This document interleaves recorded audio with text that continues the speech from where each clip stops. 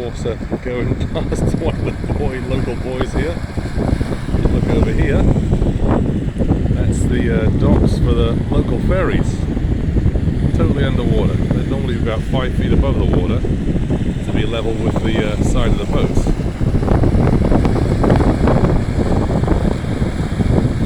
So yeah, it's really going some.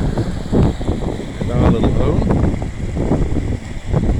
is hanging out other side of the river there.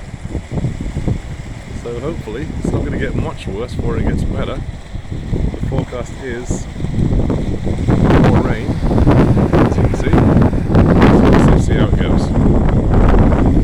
I've been walking up and down the bank here with a loud collar telling people there's a risk of flooding, and the road on the other side next to our boat is closed with a sign saying